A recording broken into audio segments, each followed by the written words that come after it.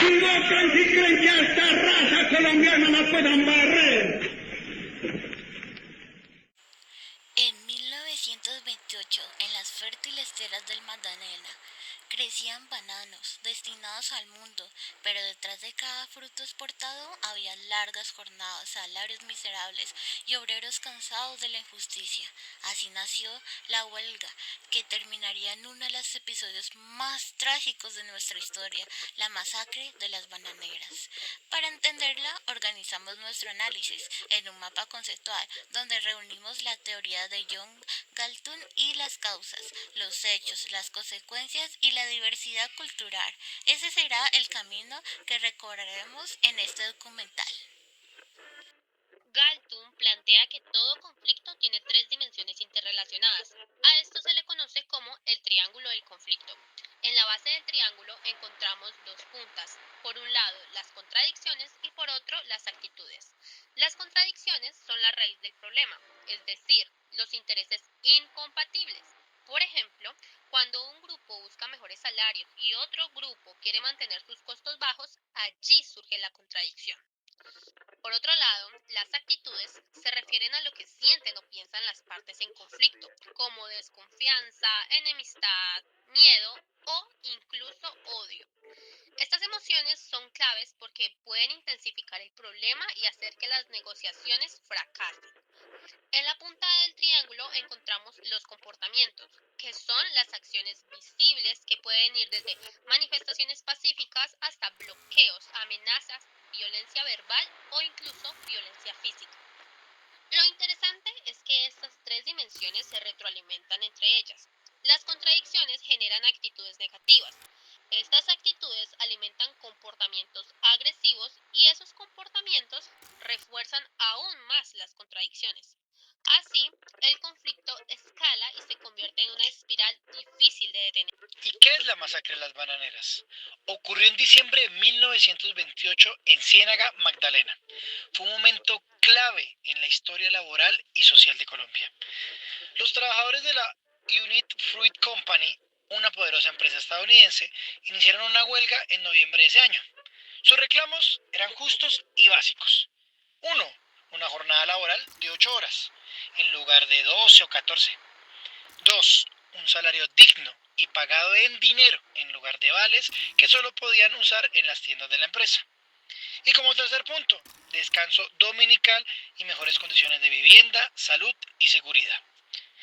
Más de 25.000 obreros se reunieron al paro, paralizando la producción bananera. Ante esto, la empresa presionó al gobierno colombiano y a Estados Unidos.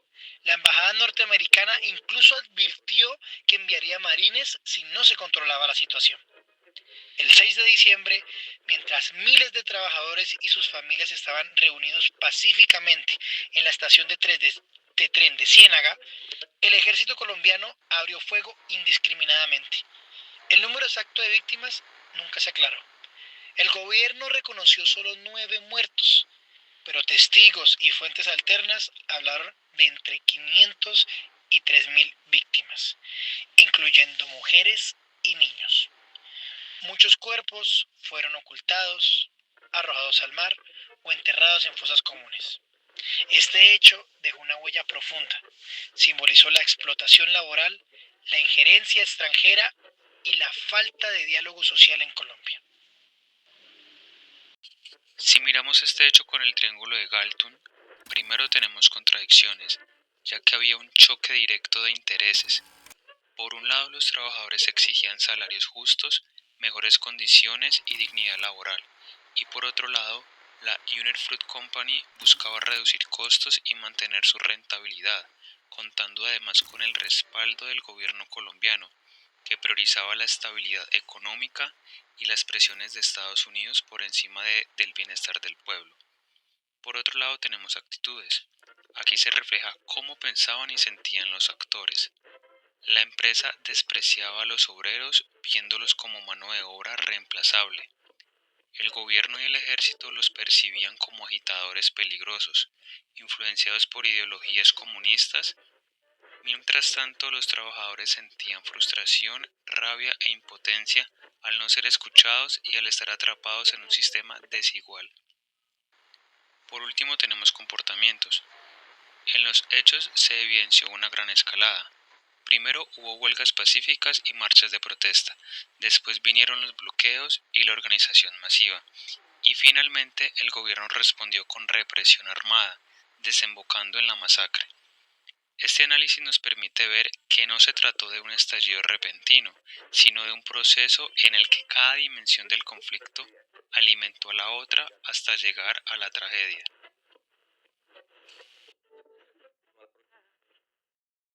Ahora bien, analicemos este hecho con el triángulo de la violencia. Como dijimos anteriormente, el triángulo de la violencia se divide en tres: violencia directa, violencia estructural y violencia cultural. Empecemos por violencia directa. La más clara fueron los disparos del ejército contra la multitud, dejando cientos o miles de muertos y heridos. Fue la expresión visible de la represión. Luego venimos con la violencia estructural. Detrás de esto había un sistema económico y político que mantenía a los trabajadores en la pobreza. Jornadas extenuantes, salarios en vales, falta de seguridad social y leyes que protegían más a la empresa extranjera que a los mismos ciudadanos colombianos. Todo esto refleja una violencia constante, aunque menos visible, que preparó el terreno para la explosión de violencia directa. Por último encontramos la violencia cultural, quizás la más difícil de identificar, pero igual de importante. Se manifestó en los discursos del gobierno, la élite y la prensa, que justificaban la represión diciendo que había que mantener el orden, defender la inversión extranjera o evitar el comunismo. Estas narrativas normalizaban la idea de que la vida de los trabajadores valía menos que los intereses económicos internacionales. Si unimos estos tres tipos de violencia, entendemos que la masacre de las bananeras no fue solo un episodio sangriento, sino la consecuencia de un entramado mucho más complejo de desigualdades y legitimaciones culturales. Es importante preguntarnos cómo se pudo haber evitado esta tragedia. Según lo que plantea Galton y lo que desprende del caso, hubo varias alternativas que pudieron cambiar la historia, como los diálogos sociales y negociaciones.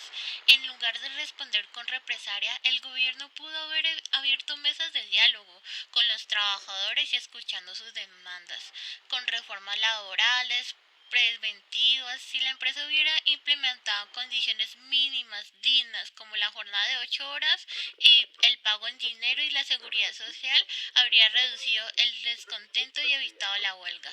La responsabilidad empresarial, la Unity Fruit Company pudo haber asumido un compromiso real con el bienestar de sus trabajadores, acciones estatales equilibradas. El gobierno debió proteger a sus ciudadanos, en lugar de alinearse únicamente con los intereses extranjeros, cultural de paz, fomentar una narrativa diferente que valora la diversidad cultural y la social de los campesinos obreros en lugar de estigmatizarlos como comunistas o revoltosos. En resumen, el conflicto pudo haberse resuelto con diálogos y justicia social, evitando llegar a un desenlace tan violento. En este trágico caso también entra en juego la diversidad cultural y social, ya que la United Fruit Company era una empresa extranjera con una visión capitalista y utilitaria del trabajo. En cambio, los obreros colombianos vivían en condiciones de precariedad y tenían una cultura ligada al campo y a la organización sindical emergente. El Estado colombiano, en lugar de reconocer esta diversidad y proteger a su pueblo, priorizó por encima de todo sus relaciones diplomáticas y económicas con Estados Unidos. Se privilegió a una potencia extranjera sobre los derechos de los trabajadores locales, invisibilizando la realidad de miles de familias campesinas.